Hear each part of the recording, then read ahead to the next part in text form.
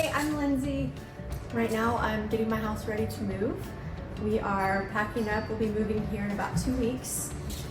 Pardon the bit of a mess, but we've got kiddos, as you can see. Lindsay, I am your aunt. This is true. And I am your realtor. Yes. How has it been, and I'm not looking for compliments, Well, how has it been working with a family member on selling your home? oh, the best.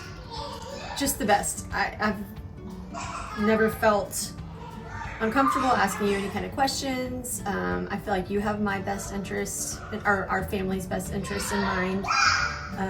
It's been fun.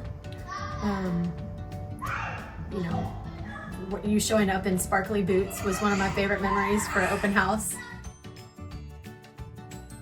Something you should know about Susie, home seller, is that she's an amazing artist, self-taught. She paints portraits of her clients' pets. And so one day during, this is Levi, this is his pet.